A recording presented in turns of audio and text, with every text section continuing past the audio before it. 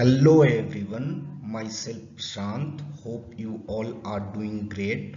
Today we will discuss Article 23 and Article 24 of India's Constitution, and these both articles are basically a right against exploitation, and obviously these both articles comes under fundamental rights of India's constitution, and fundamental right is under part 3 of India's constitution.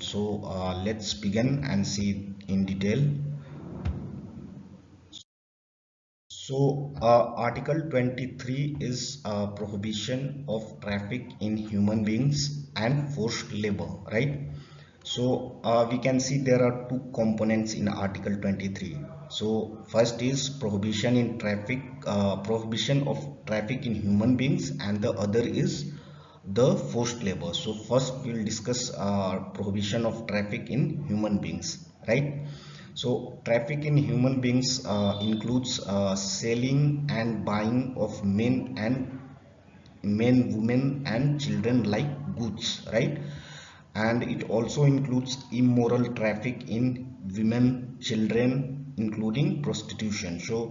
All these are part of prohibition of traffic in human beings.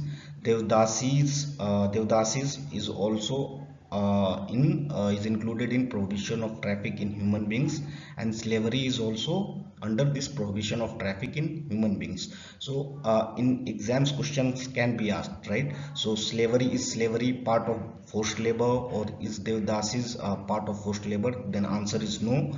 It comes under prohibition, it comes under traffic in human beings, right? So this is important to know. Now let's move to the next slide.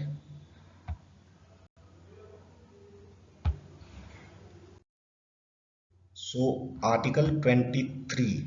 Article 23, firstly we discussed prohibition of traffic in human beings, right? Now we'll see forced labor. So what are the components of forced labor? We will see. Forced labor basically means to compel a person to work against his or her will, right? And economic compulsion is also included in forced labor. So compulsion means, economic compulsion means आर्थिक मजबूरी, किसी को आर्थिक रूप से मजबूर करके उससे कोई काम कराना, that is also considered as forced labor, right? And here also compel means forcing the person to work against his or her will. Then begar is a concept which is there in India, and here there is work without remuneration, right? Without being given the payment, without being given the compensation for the work. So begar is also included in forced labor. Then bonded labor. So bonded labor, as the verbiage or as the wordings of the word itself says, bonded, so that is in bond to work without remuneration. So the person, the labor is working, doing the labor just because of the bond, so that is bonded labor. So in medieval times in India there was a lot of bonded labor, but currently it's not there. It has mostly vanished, right? So you should know that begar is under forced labor, bonded labor is under forced labor, and obviously economic compulsion is also under forced labor. So in exams questions are asked, right? So a statement can be like begar, bonded labor and working under economic compulsion will be included in traffic in human beings or forced labor. So you should know it will be in forced labor. Questions are twisted in exams, right? Statements are twisted so that you get confused and make the mistakes. Now let's move to the next slide. So we have discussed Article 23 and the two components of Article 23. Now we will see Article 24. So Article 24 says that it prohibits employment of children below age of 14 years in any factory or other hazardous activities like construction work or railway. Hazardous means खतरनाक या dangerous work environment, dangerous activities जो हैं जो कि child के लिए dangerous हो सकती हैं. So that is prohibited by article 24 and by India's constitution, right? There are other things in this article. So first is that it does not prevent their employment in any harmless or innocent work.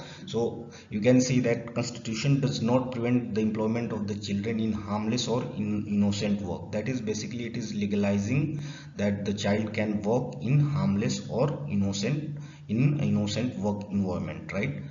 So then the next point is that for controlling child labor, in 1986 Child Labor Prohibition Act came into being. You should know the act, and the first time this act got enacted, the year as well, so it was 1986. Now so this act got amended in 2016. You should know the amendment year also. So through this amendment, what we have seen is that the areas have only like the areas in there was amendment in 2006, and I think there was amendment later on also, if I'm not mistaken. So the areas in which child can work have only increased, right, through these acts, right? If the work environment is safe, if the work environment is harmless, then child can work. And the family definition has also been increased through later amendments of this Child Labor Prohibition Act, right? If a child is working under family, so there is this family concept in Child Labor Act. And if a child is working under family enterprise, then that does not amount to child labor, right? Family enterprise word is used in the Child Labor Prohibition Act. So if child is working under family enterprise, then that is not considered as child labor. So this statement, this the definition of the state is widely misused, and people employ child under this family enterprise pretext, right? So I guess I have covered all the important points of right against exploitation. So right against exploitation has two articles, that is article 23 and article 24. And obviously right against exploitation comes in fundamental rights. And so yeah, this is it, I guess. And